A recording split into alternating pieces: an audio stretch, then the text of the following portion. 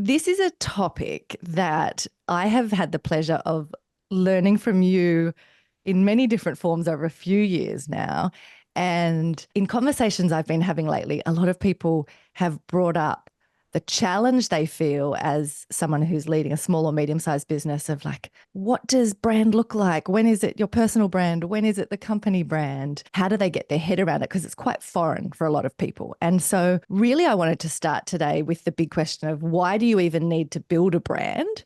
And so I'm wondering if you could start us off there, but maybe to give everyone some context to your work and how you come at this topic, because you've got a really interesting background in terms of your teaching and writing, the background to why you've landed on thinking that brand is such an important thing for us as business leaders. So, just largely speaking, I always look at brand in two different segments, company brand and personal brand.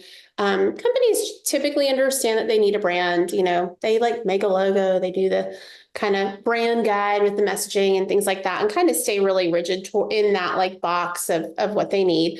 But what I think is more important, maybe not more important, equally as important for different reasons, is personal brand, because it's the only thing that stays with you forever, right? You might leave your company, you might start 5 businesses, you might sell your company. And ultimately, at the end of the day, what stays with you is what you built around you as a person. And so that's always sort of the framework by which I view things. Are you building a personal brand that drives the goals that you're working on in that season of life?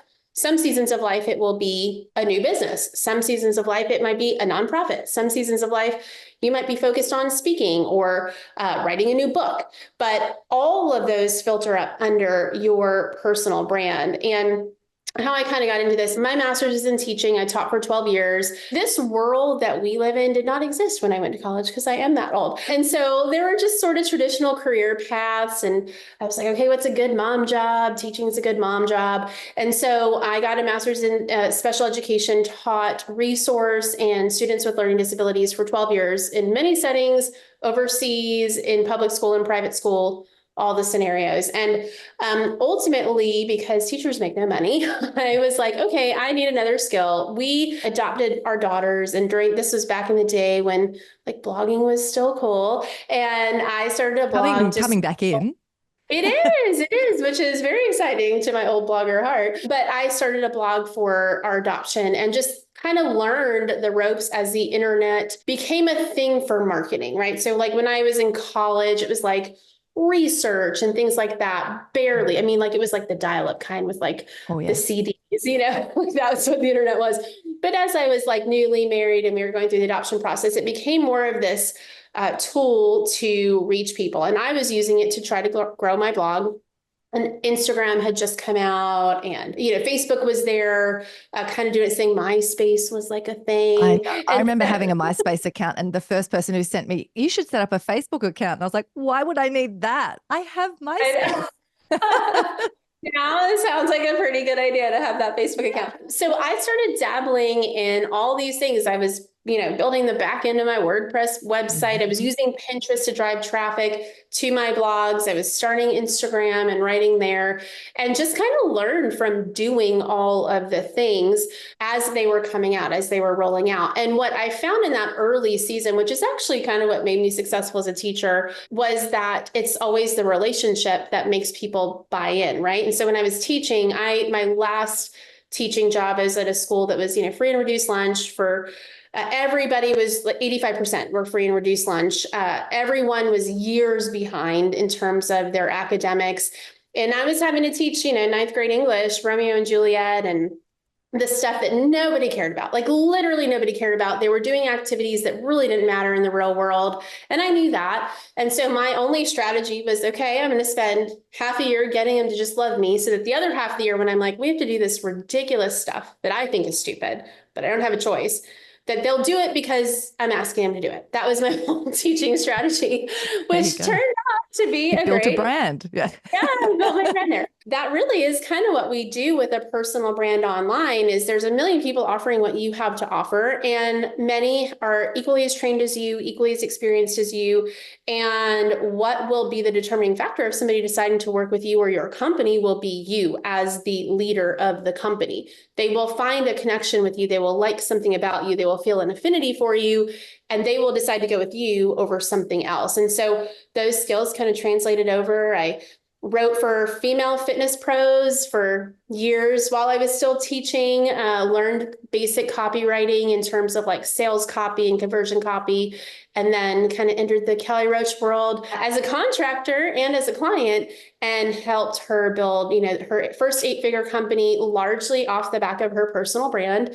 And then I started our marketing agency 100% off the back of my personal brand. And so we've just leveraged this over and over again. And so I've seen it in just a bunch of different ways play out. And yeah, that's how I got here. It's interesting. So even with someone like Kelly, because she really had been building a brand and was online focused, there's sort of a natural connection to much of what you just spoke about that sort of makes sense of, okay, that's how she's going to get clients, etc. A lot of people still feel, even with some of the words you were using of like the online component, or when you were talking about, companies having their brand guide, even if you're in an organization that has those things, it can feel like, well, but if I'm leading that organization, that's not even my department. Like the marketing guys have the brand guide. I'm not even aware of what that is. It's not my job. And the foreignness, I think, for some people of being the face of or the online world, when you're used to the elements that you spoke about that are the relational bit, I wonder if you can maybe help us connect more that relational aspect that is probably a good entry point to show the similarities between, even if you've always for decades run a business that's very much face-to-face, built on relationships in the real world, that relationship element is probably the best natural bridge into starting to think about just expanding that relational network that you're speaking to or have as your audience, if you like. Yeah. I mean, I look at what you're doing online in terms of branding is building relationships at scale. And so when you walk into a networking event and you are able to, maybe there's 100 people there, you're able to speak to maybe 10, if you're like super extroverted and you're like, having like 5-minute conversations, you might get to 10 out of 100 people that you're able to build relationships with. And then you're focused on that one-to-one connection over a period of time. Maybe you go to coffee, maybe you go to lunch. Whereas if I took those same 100 people that were following me on LinkedIn and I created one post, we could have conversations in the comments in the same way I would in that room, but it would be something that everyone could see, right? So if I'm talking to you in my LinkedIn comments and you and I are having a conversation back and forth, Johnny over here can watch that and he can feel connected in the same way that you can't necessarily do at scale in person. So I actually think there's a way to build a brand online that feels very personal and that feels very connected, but that does it at scale. And I also think you should still be doing this stuff in person. I don't think anybody should ever stop those things because there's nothing quite like that in-person connection. And so to me, those things support one another. They're not mutually exclusive. I just did a training for a big corporate company for their sales reps on LinkedIn. And they have they're big enough where they have an internal team that basically sends them content. And it's fine. It's like general content, but there's nothing personal about it. There's nothing unique about it. And so everybody would be posting the same thing. Imagine just taking 2 minutes to write your perspective on the new trends list for your, organization. Now you and I are using the same base content, but we have 2 totally different perspectives. So maybe you're the CIO and I'm the CMO, but we're going to look at that information entirely differently for its implications. And now we have more brand equity that we can use for whatever our goals are within the company. So there's no downside. I always tell people there is no downside to building your personal brand, no matter what. There's nothing that's going to cause any negative decline in any important metric, whether you're in a corporation, you're in a business, or you're a teacher, or you're, school administrator or an accountant. There's no metric that will suffer because of that. Are there some elements, for example, when we talk about this distinction between a personal brand and a company brand, Are there some pieces that you should have in your mind when you are starting to do some of those, even the early toe in the water bits of tweaking something that was generic for the company and making it your own? Are there things we should keep in mind as we do that? Yeah, I definitely think you can do things wrong. So I 100% think that. I do think when you do personal branding right, there's no downside. So a couple of really common things. The first thing is just sharing other people's content. Typically, what this looks like for a company is I go to your page, whether it's on LinkedIn or Instagram or Facebook, and all I see is reshares of whatever your company has. I don't need to go to your page for that. I can go to your company's page for that if I want that. There's no need for me No to value connect add. with you. Right. So that's the first mistake I see people making all the time. The second mistake I see people making is they are really, really stuck in like talking about only the things that are very specifically related to their company. And the way that I look at company brand versus personal brand is that the company brand has to stick to their brand guidelines because your company solves a certain set of problems for a certain set of people. And they have to stay in that box. That's what they're always going to talk about is whatever is related to those specific solutions. Your company's content and the things that they talk about is only a portion of your personal brand. And I do think it should be a portion. I think that it should be related.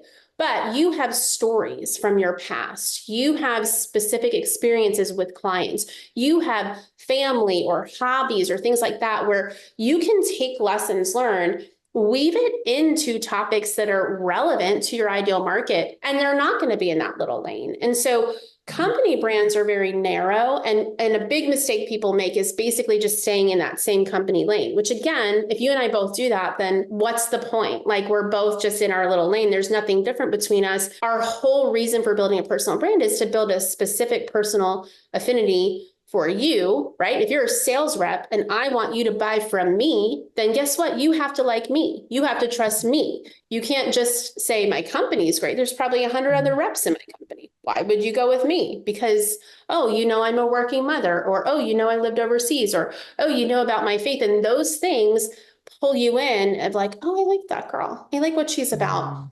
I'm going to pay attention. So that's another mistake I see people making. And then the last mistake is they're just not doing anything. They're just really inconsistent. I can't tell you, I do like some corporate training and go to these profiles and they haven't posted anything for 5 months. So that's a really big mistake. Yeah. And I think it's an interesting one because I did a project quite a while ago for a company where the board brought me in to do a bunch of interviews. I did like 60 interviews because they were concerned around the CEO had so many different topics that they were talking about that they were confusing their base, if you like, of what the company was talking about compared to what the CEO was talking about. It was like, hang on, you're on the news and you're talking about this topic and that topic and our organization does this. We're not sure this is helpful. So it was kind of an example of that extreme piece of the stories that I think often we tend to be drawn to extremes, don't we? So we either see someone and we get put off and we think, oh, I don't want to distract from my company. So like I will stay and toe the line, but then we go too far in the direction you're talking about. I liked your example around, you know, if there's the company story, but you're the chief marketing person and I'm the IT person or whatever it is, that it's taking that and doing the thinking to say, what is my unique piece that differentiates me or speaks to my stories or my experience, but still being conscious that there has to be like a strategic thread between what I'm sharing and that it makes sense. You know, it's not completely confusing. Well, a big mistake people make is they don't have a clear goal. They're not sure. They just hear, oh, go post content, and they are all over the place. And you have to be very clear about your goal. If you're in a startup and you're just trying to get your first $2 million in revenue, your goal is sales. And everything you create online, even if it infuses your stories, is to drive sales. If you're someone who's the founder of 5 companies, well, you're probably not going to stay in one lane because your companies might be different things. So your brand might talk about a lot more because you're not using your brand to drive to one of these specific things. If you're a corporate exec, but you are trying to get booked for speaking, right? You're going to post very differently than a sales rep whose goal is to stay top of mind in the same company. Yeah. Their goal is to stay top of mind and to stay connected to their, potential leads and potential buyers, where your goal might be, hey, I want to get some speaking gigs booked to bring more visibility to the brand. And so I'm going to start talking about these topics I'd like to speak on related to what the company does, but those are going to look very different. So to just start doing this without a strategy or a goal is going to lead you down a path of creating a lot of content that does nothing. If done well, it actually forces some really important conversations to draw out the clarity around some of that strategy and around the unique roles that each person's playing. Because in having that conversation between us, even if you're a small team and the core leaders who are going to be doing this, there's 4 or 5 of you, you can still between you cover a lot of ground that will now make sense because each of you are tapping into it from a different angle. Whereas it can feel like, oh, but we do all these different things. And so like the lost in translation bit, because it hasn't been boiled down to an essence. I like that idea of, even, for example, saying you might have a CEO who isn't great at interviews or, doesn't like talking to the camera, but is brilliant at giving keynotes. We'll just get them out speaking and then get someone else. Yeah. So it's that piece of be strategic in the way you do it. I think in our busyness, so often we kind of think, oh, we don't have time to have that conversation or to make those decisions. And yet we're doing the work, but they're not getting the results. And there's a lot of research around, when key executives in a company are building company-aligned personal brands, and it's, building an employee advocacy program, that the brand gets 10x visibility. 10x. You cannot buy that. You can't run ads big enough for that. Like usually on ad spend, you're going to get, 3 to 4x. Can you break down what they're doing though in that research? So what is that leader doing that gets the 10x? Yeah, so this was really looking at building a personal brand online, leveraging social media. Are they posting content consistently online in alignment with the brand? Mm-hmm. And there are components of this that dealt with like customer service and how brands respond to customers online. So when it comes from people in the company, you're giving whatever marketing, like let's say the marketing budget, let's for ease of numbers, is $1,000 a month. You're getting $10,000 worth of visibility when you have your key executives posting and creating content versus just posting from the just company. The brand itself. Yeah.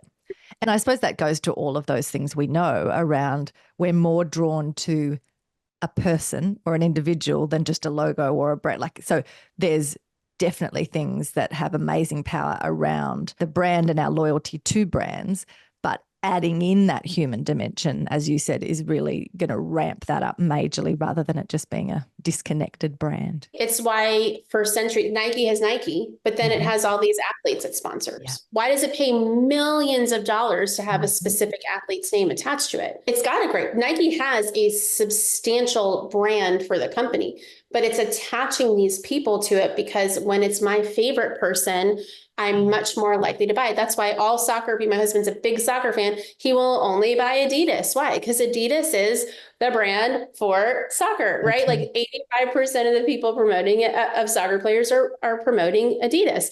And so when you look at what traditionally companies have done for years, they've hired these spokespeople. You have that internally. You have internal spokespeople for your company in your executive team, in your leadership team. So equipping them to become brand ambassadors is a whole lot cheaper than paying the professional athletes. Yeah, you're already paying these people. Yeah.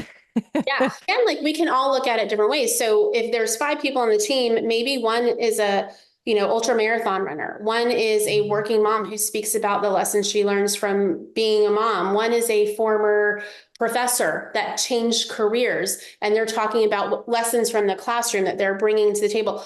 They can all be promoting the same brand, talking about the same brand, and have totally different stories and totally different lessons that they're bringing to the table. So again, I am not an ultramarathoner. I hate running. It's a passion. I work out very differently. I do training. I don't even want to run for 1 minute. So I am not drawn to these dudes that are out there doing the 2000, is not my thing. So I am not going to connect with that guy, but I might connect with the very high level working mom who's trying to be the best wife and mother and be the best executive she can be. That's going to be much more resonant with me than the guy who's running ultra marathons. And they're both valuable, right? Because there are other people who are not going to resonate with the mom that will resonate with the ultra marathoner because maybe that's their vibe. They could talk about the same exact products. They could talk about the same exact things. They could share the same company post with their own spin and attract totally different audiences that the company want to attract. So to undervalue this is to just leave so much money on the table. There was a training recently that I was involved in that you were running, where you were talking about the really important distinction between the brand and then having the marketing and the sales systems and things in place to actually close that loop. The kick in the head for me was I went, okay, I am getting better and more consistent at really consciously doing the build the brand bit, but I am not doing a very good job of then sort of supporting and following through on then building the elements around the marketing and the sales systems so that you actually get the benefit of why you're bothering to do it in the first place.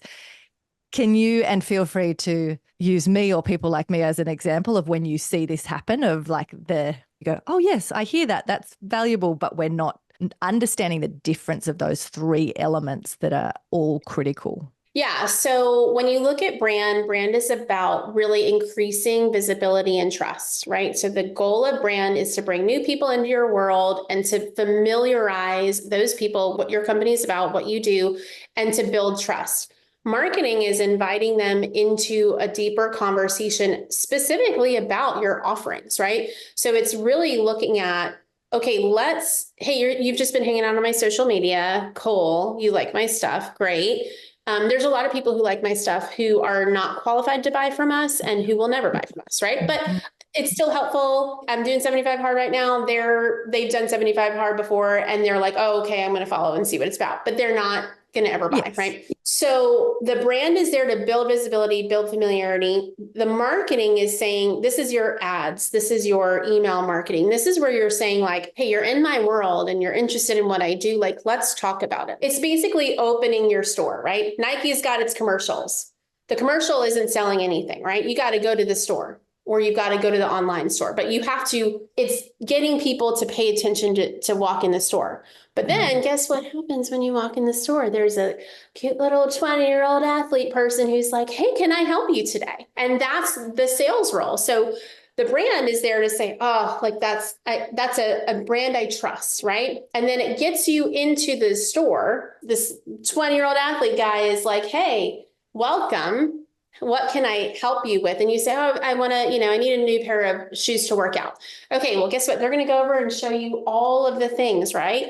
They're marketing these special different shoes, all these things. I'm like, well, I really want something for cross training. So then they're going to pull 2 shoes off and they're going to say, hey, these are the benefits of this one. These are the benefits of this one. These are the colors we have. And they are going to now sell you these 2 shoes. And so companies do this all day. And yet we think, hey, I'm just going to post some videos on social media and everyone will want to pay me $60,000. There is no world in which that happens. We worked with Gary Vaynerchuk's team, and guess what? He posted something online. He built a huge brand for years without asking for stuff, right? Or stuff that would never have been relevant to us. And I followed him because he's a brilliant marketer. And I listened to everything he says when it comes to marketing. Well, he made this offer one time. Hey, my team's going to train your team. So he had built the brand. We were following, we were connected, we were all in. We knew he was the expert. He made this offer. He marketed this offer. I would loosely marketed. He posted a couple of times, but he had built such a brand that it was so in demand.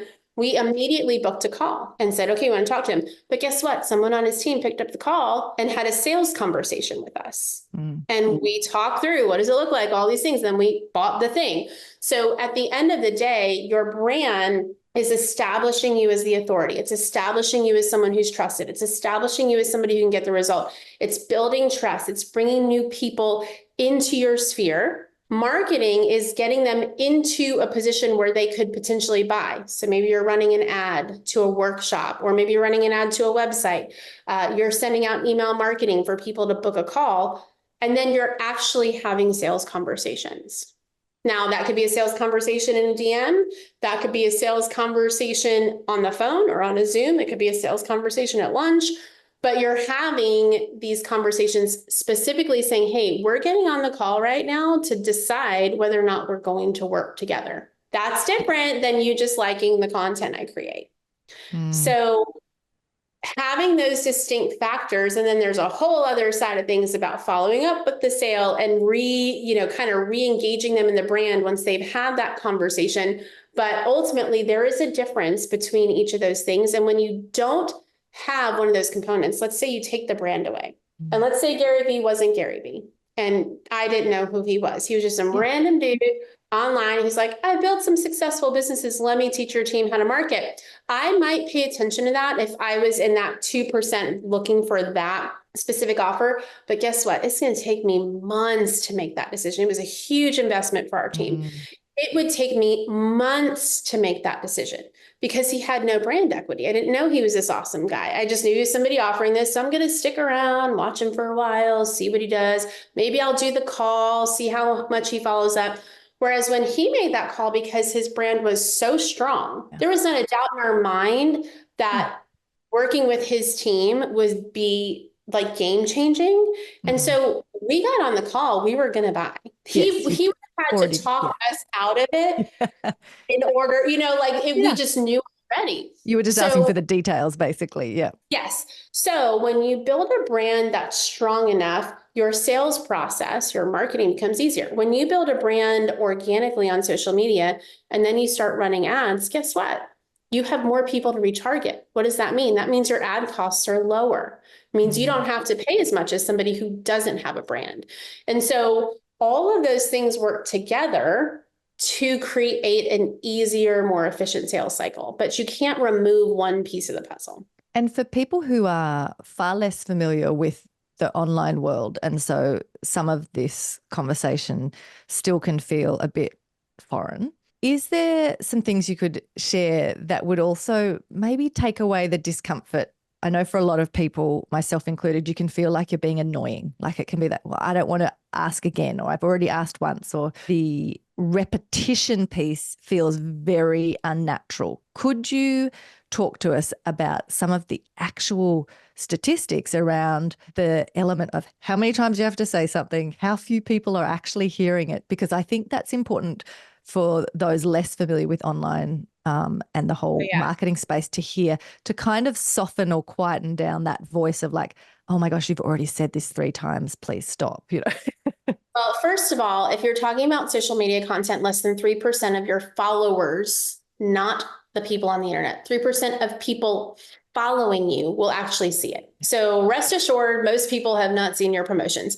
The second thing that I go back to, I have a couple stats. So Google did a study and found that in order to convert someone on average, so this means some are higher, some are lower, somebody needs to engage with your brand for 7 hours, 11 different times, and in 4 different locations, which means that you're likely not even close to annoying people because ultimately, at the end of the day, I guarantee you're not creating that much content. The third thing I was presenting for this corporate sales team, and there was a study that was done that found that in today's market, it's up 19% from last year. It's an increase of 19% from last year, that it can take up to 200 touch points for B2B buying cycle. So when you look at that, now, do I think that you should 200 times email somebody? Absolutely not. But when I say touch points, that means, can you comment on their posts every 2 days? Yeah, that's not annoying.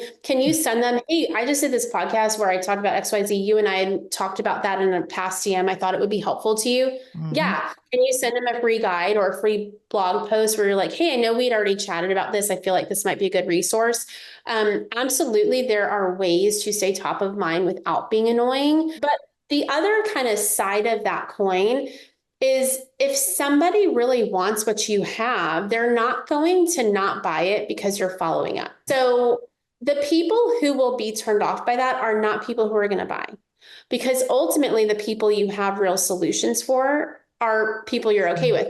I will give the example. I may or may not buy everything on the internet. So when I see an ad for something, I do what everybody does and I ignore it. And then I see a second one and a third one. So there's a makeup brand called OG. And it just happened to be, I'm always like in the market for new makeup and hair and skin and stuff. I love stuff like that. So I got this like ad and I was like, whatever. It was like ridiculously overpriced. And I'm like, I'm not. So then I get more and then I get more. And they're all these like young girls with like these beautiful faces and they're glowing skin. And they're like, look at how easy I can put my makeup on in 2 minutes. And they keep hitting me with these dang ads. I mean, their retargeting game was so strong. I like can't even explain it. I kid you not. A month later, I bought the whole kit and now I use it all the time because of the repetition.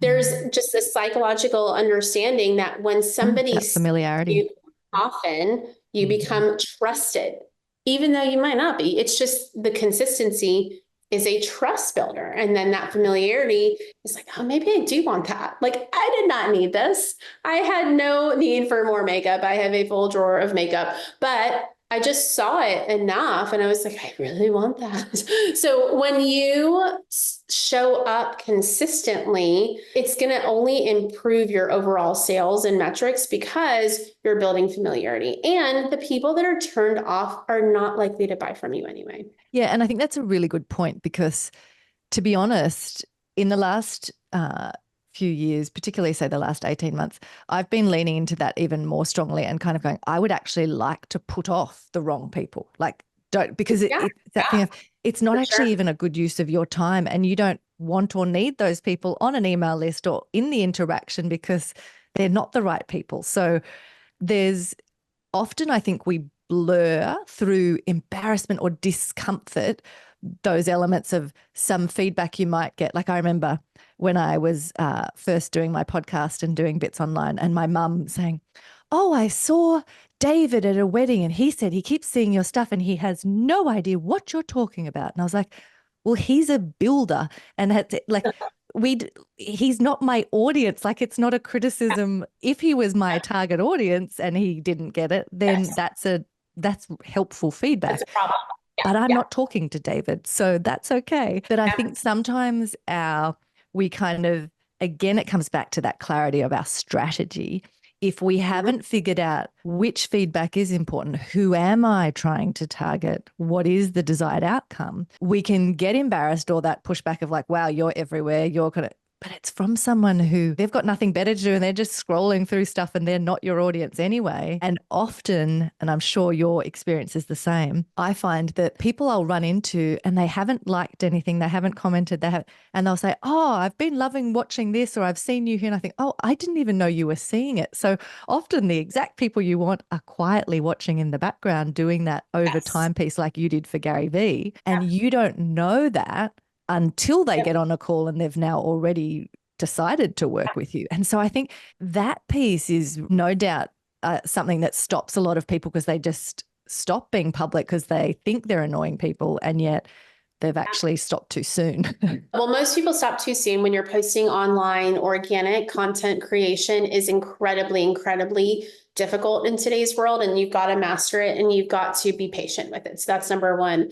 Number two, I would say the more sophisticated your buyer, the more likely they are to be passively watching and not engaging. Our highest level coaching program is about $80,000 a year. And most of the people who come into that program are not commenting all over our posts. Now, maybe afterwards when they're in our world. Yeah, when they're in your community. Yeah. I was like that. I was watching your stuff and had already decided when I got on a call to do the 80 grand. Like that was, Yeah, they're not sitting here commenting on every post we make. They're just watching, they're paying attention. And when they're ready, they're like, okay, let's have the conversation.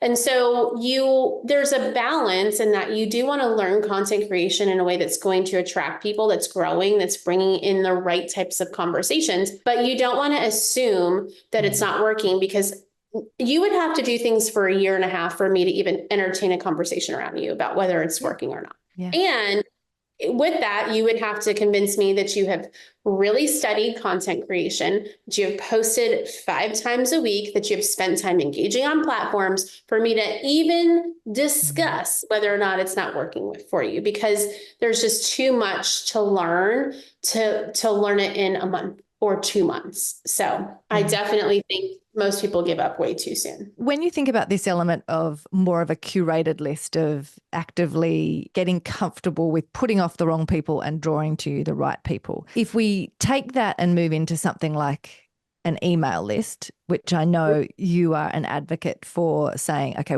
it doesn't actually matter what following you have on LinkedIn or anywhere else. You don't own that platform. How do you get a direct relationship with people through email? Could you talk to us about some of those elements, of how we make sure that the way we're getting people on an email list, we're getting the right people on, so that we are doing that targeted piece, but also maybe share some of the elements that you see benefits that mean we should be making more effort in that space of who's on our email list and how we interact with them from that brand marketing sales perspective?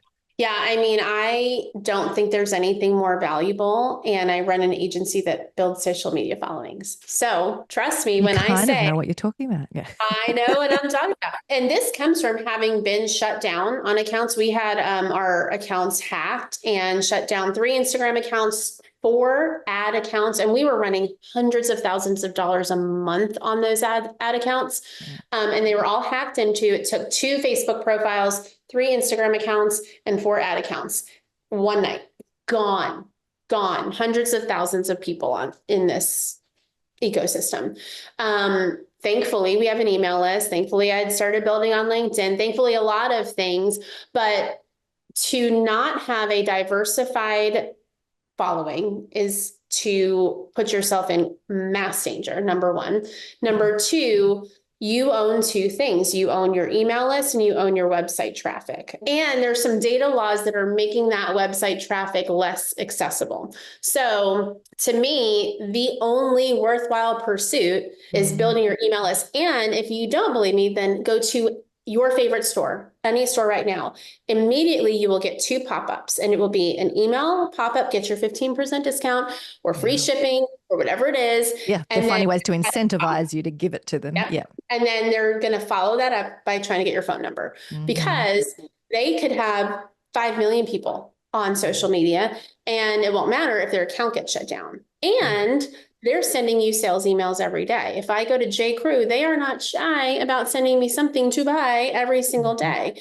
So I don't think businesses should do that, by the way, but they are very proactively. You walk in a store. If I walk into J. Crew and I go to check out, what will they ask me when I'm checking out? Put your email in and we'll give you your points, your discount code. Yeah.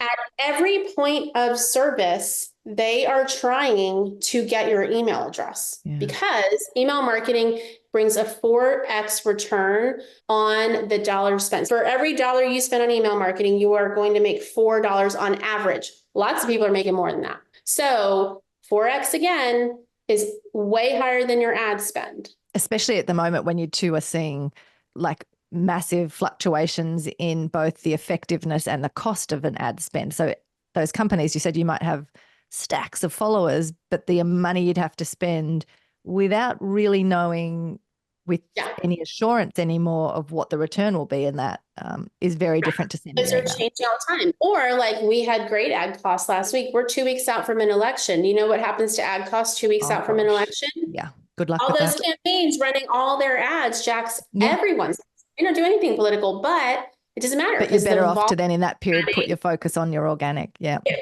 Yes. Or Black Friday is coming. All these big corporations are going to be running ads. And so when my little company is running ads, guess what? My prices just went up 10, 15, 20% because everybody's in the game right now. And so what doesn't change is your email list. And so when you cultivate that well, you're able to make sales more consistently. So I think there's nothing more important. If you're building a social media following without building an email list, you might as well stop. Like, it's valuable. I'm not going to say it's not valuable. It's valuable, but it could literally be gone tomorrow and you have no recourse. Like people at these organizations are not going to answer you and be like, my account was gone. Nobody cares. They're not responding. So I know so many people who've lost, they've had an Instagram account with 50,000 followers and it's gone one day and they can't get it back. Have an email list of 50,000 people. That'll make you millions.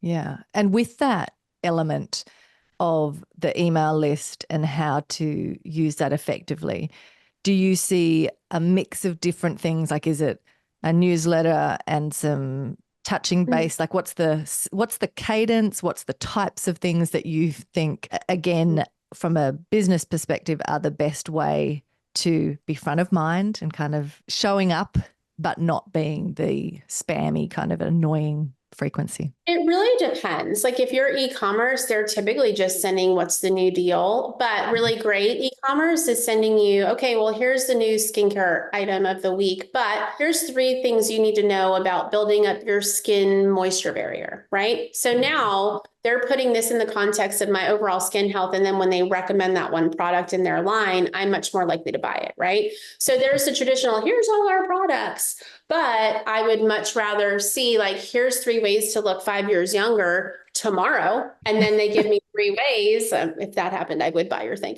Here's the 3 ways. And then have one of those ways be the product. That's a much more powerful email than just showing me the product. If you are like somebody who's creating courses or something like that, you're going to want to do lots of content around your topics and what you teach. And then you'll want to have some sales offers, right? Like you want to weave that into your normal cadence.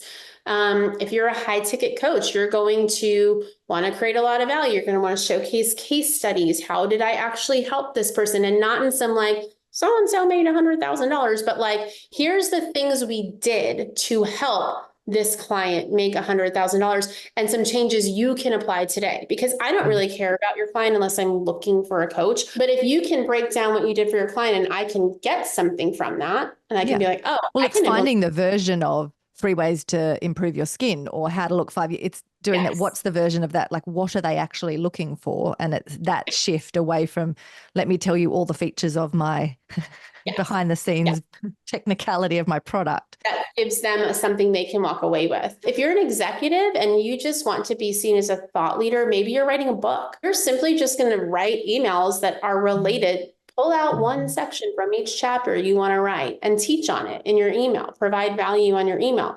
You do that for 4, 5, 6 months before your book launch is going to be a whole lot easier because people are going to be used to you talking about this topic. You're going to know what you're talking about. And then you go to launch your book and it's a lot easier of a sell to have someone go buy the book at that point. So I guess it depends on your goal. There's no perfect cadence or strategy. You always want to lead with value that they can't find somewhere else. If you're just going to give me your LinkedIn post for the day, I don't need to be on your email list. I could just go to your LinkedIn. I don't have to go check that out.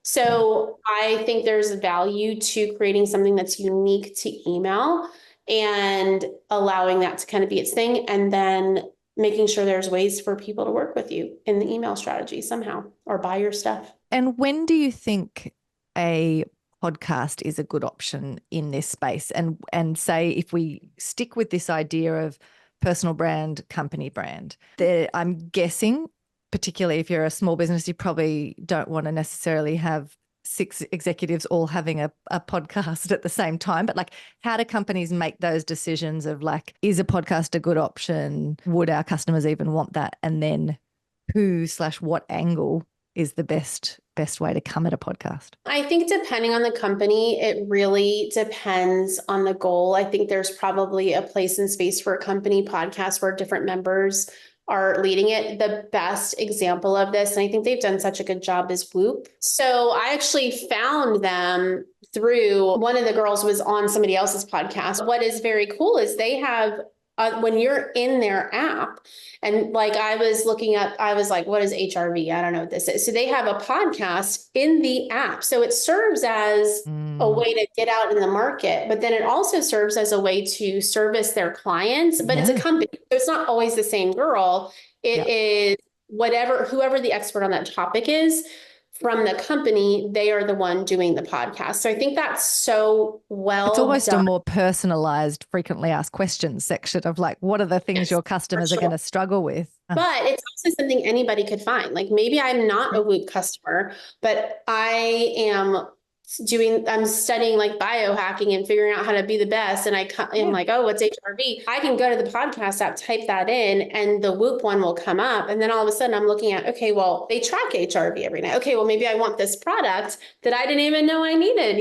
10 minutes before. There's probably also, like, if I think of someone who, oh, actually, all his books are behind me, but Patrick Lencioni, like his team, who I've been using his stuff for like 15 years now, but they have a podcast, and it's almost a way to get to know the team because there's like 4 or 5 of them on the podcast, and it's kind of like you're sitting at the lunch table with them. And so, yeah, it is that in the same conversation that we talked about right at the beginning of this, where you have to sit down and pause and go, what is our strategy? What's each of our roles? You could then figure out actually a podcast with a few of us dropping in and out depending on the topic, one person leading it. There's a whole range of ways you could do it, but figuring out the best combination for your team or your organization. Yeah. And again, it goes back to, is it company branded? Is it Gary Vee has his own show? It's just the Gary Vee experience. That's it. And so again, Gary Vee has multiple companies. He is not driving traffic or visibility for one company.